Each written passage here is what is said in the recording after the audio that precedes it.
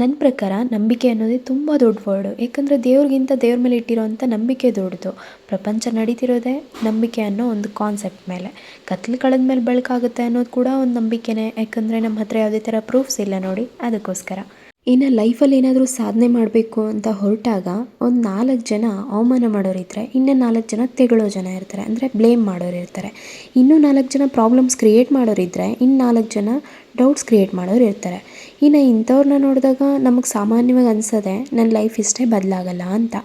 ಆದರೆ ಖಂಡಿತ ಬದಲು ಮಾಡ್ಬೋದು ನಾವೊಂದು ಡಿಸಿಷನ್ ತೊಗೊಂಡ್ರೆ. ಈ ಪ್ಲೇಸಲ್ಲಿ ನಮಗೆ ಸೆಲ್ಫ್ ಲವ್ ತುಂಬಾ ಹೆಲ್ಪ್ ಮಾಡುತ್ತೆ. ಸೆಲ್ಫ್ ಲವ್ ಖಂಡಿತ ಸ್ವಾರ್ಥ ಅಂತೂ ಅಲ್ಲವೇ ಅಲ್ಲ.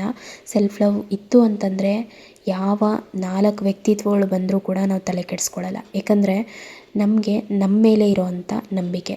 ಅವಮಾನ ಮಾಡಿದ್ರು, ಅನುಮಾನ ಪಟ್ಟರು, ಅದು ಅವ್ರವ್ರ ಭಾವನೆಗೆ ಬಿಟ್ಟಿತ್ತು ಅಂತ ನಾವೇನಾದರೂ ಅರ್ಥ ಮಾಡ್ಕೊಂಡ್ವಿ ಅಂತಂದರೆ ಅದರಲ್ಲಿ ನಾವು ಕುಗ್ಗುವಂಥ ಅವಶ್ಯಕತೆಯೇ ಬರೋದಿಲ್ಲ. ಇನ್ನು ನಮ್ಮ ಸಾಮರ್ಥ್ಯ, ನಮ್ಮ ಸಾಧನೆ ಏನು ಅನ್ನೋದು ನಮಗೆ ಗೊತ್ತಿದ್ದರೆ ಸಾಕು. ಫೈನಲಿ ನಾವು ಗೆಲ್ಲಬೇಕಾದ್ರೆ ನಮ್ಮ ಮೇಲೆ ನಮಗೆ ನಂಬಿಕೆ ಇರಬೇಕು. ಲೈಫಲ್ಲಿ ಏನು ಮಾಡಬೇಕು ಅಂತ ಗೊತ್ತಿಲ್ಲ ಅಂತ ಯೋಚನೆ ಮಾಡ್ತಿದ್ದಾಗ ನಿಮ್ಮನ್ನು ನೀವು ಓದ್ಕೊಳ್ಳೋಕೆ ಶುರು ಮಾಡಿ.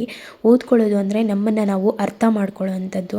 ನಮ್ಮನ್ನು ನಾವು ಅರ್ಥ ಮಾಡ್ಕೊಳ್ಳೋಕೆ ಶುರು ಮಾಡಿದ್ವಿ ಅಂತಂದರೆ ಯಾವ ಥಾಟಲ್ಲಿ ಹೋಗ್ತಾ ಇದ್ದೀವಿ, ಯಾವ ಲರ್ನಿಂಗ್ ಪ್ರಾಸೆಸ್ಸಲ್ಲಿ ನಾವಿದ್ದೀವಿ, ಅಥವಾ ನಾವು ಏನು ಸಾಧನೆ ಮಾಡಬೇಕು, ಯಾವುದ್ರ ಮೇಲೆ ನಾನು ಫೋಕಸ್ ಮಾಡಬೇಕು ಅನ್ನೋ ಒಂದು ಕ್ಲಾರಿಟಿ ನಮಗೆ ಸಿಗತ್ತೆ.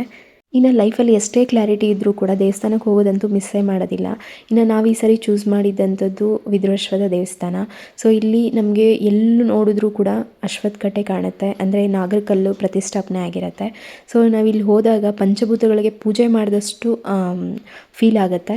ಇನ್ನು ಎಲ್ಲರೂ ಕೇಳ್ತಿರ್ತಾರೆ ದೇವಸ್ಥಾನ ಯಾಕೆ ತುಂಬ ಸುತ್ತಾಡ್ತಾ ಇರ್ತೀರಾ, ಪೂಜೆ ಜಾಸ್ತಿ ಮಾಡ್ತಿರ್ತೀರಾ ಅಂತೆಲ್ಲ ಕೇಳ್ತಾ ಇರ್ತಾರೆ.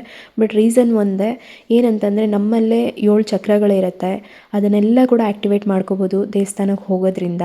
ಇನ್ನು ನಮ್ಮ ದೇಹದಲ್ಲಿ ಅಡಗಿರೋ ಅಂಥ 5 ಎಲಿಮೆಂಟ್ಸ್ ಏನಿದೆ, ಪಂಚಭೂತಗಳಾಗಿರ್ಬೋದು ಅಥವಾ ನವಗ್ರಹಗಳಾಗಿರ್ಬೋದು, ಅವನ್ನೆಲ್ಲ ಕೂಡ ಆ್ಯಕ್ಟಿವೇಟ್ ಮಾಡ್ಬೋದು ದೇವಸ್ಥಾನಕ್ಕೆ ಹೋಗೋದ್ರಿಂದ.